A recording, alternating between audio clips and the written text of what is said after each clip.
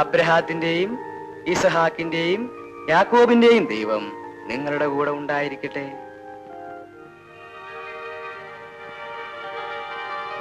നമ്മുടെ കർത്താവ് യേശു മിശിഹ വിവാഹത്താൽ നിങ്ങളെ ബന്ധിക്കുകയും സ്വർഗീയ വരങ്ങൾ നൽകി നിങ്ങളെ അനുഗ്രഹിക്കുകയും ചെയ്യുക.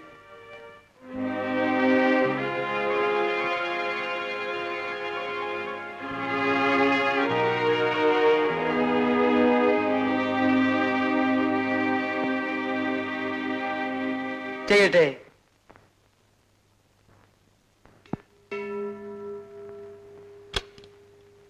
എന്റെ പൊന്ന് പെമ്പറന്നവരെ, ആകപ്പാടെയുള്ള ഒരു ആദ്യ രാത്രിയാണ്. ഇരുത്തി നശിപ്പിക്കാതെ ഒന്ന് വേഗം വാ.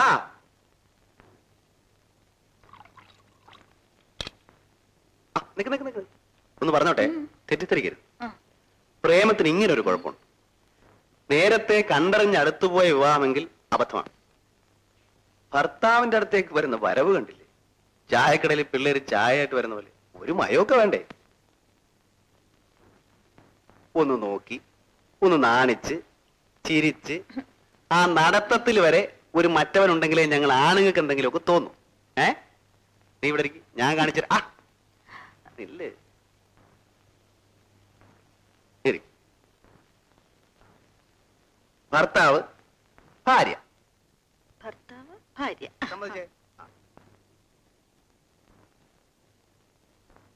അമ്മായിയും എന്നെ ഇങ്ങോട്ട് തള്ളിവിടും.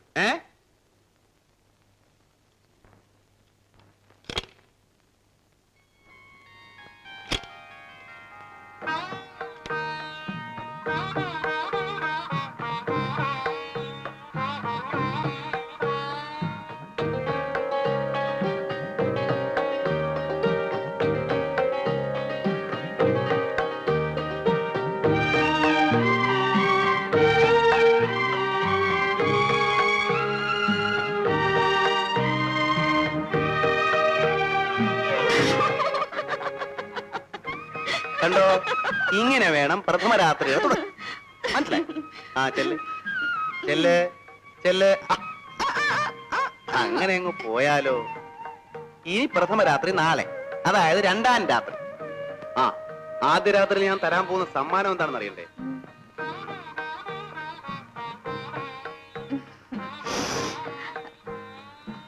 അതല്ല, ഈ ഡ്രോ തുറന്ന് നോക്ക് നോക്ക്.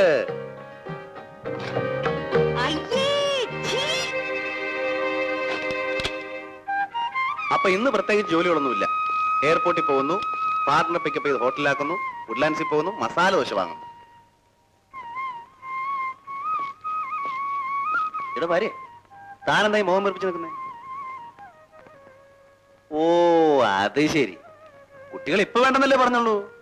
കല്യാണം കഴിഞ്ഞ് 3-ാം മാസം വയറും ഒക്കെ വീർപ്പിച്ച് എനിക്ക് വയറും തള്ളിപ്പിടിച്ചപ്പോ നടപ്പ് കാണുമ്പോഴേ കലിയ. അതൊക്കെ ഒരു 3-4 വർഷം കഴിഞ്ഞായാലേ ഒരു രസമുള്ളൂ. ഞാൻ ഏറ്റന്നേ.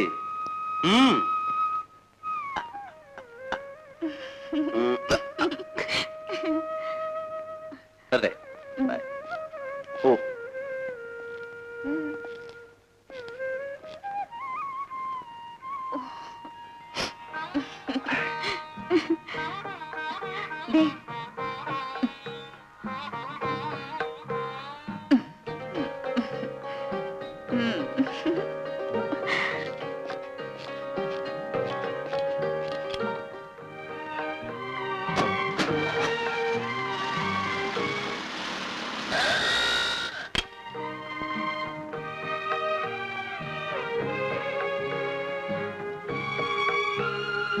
പെണ്ണേ, ഏയ് നീ എവിടെയോ? വിവാഹത്തിന് വരാൻ കഴിഞ്ഞില്ലെങ്കിലും നീ എവിടെ ഉണ്ടോ അവിടെ ഞാനുണ്ട്. അതെ അതെ, നിന്റെ സ്നേഹമൊക്കെ എനിക്കറിയാവടി. എടി, നിന്നോടുള്ള അസൂയ കൊണ്ടാ. ദൈവം പോലൊരു ഭർത്താവ്, സ്വർഗം പോലുള്ള ഒരു വീട്, സ്വന്തമെന്ന് പറയാനൊരു ജോലി, പിന്നെ പോസ് കാണിച്ചാലുണ്ടല്ലോ. പോടി. എങ്കിലും ഉമ്മ വെപ്പിക്കാൻ വേറെ ഒന്നും കണ്ടില്ലല്ലേ?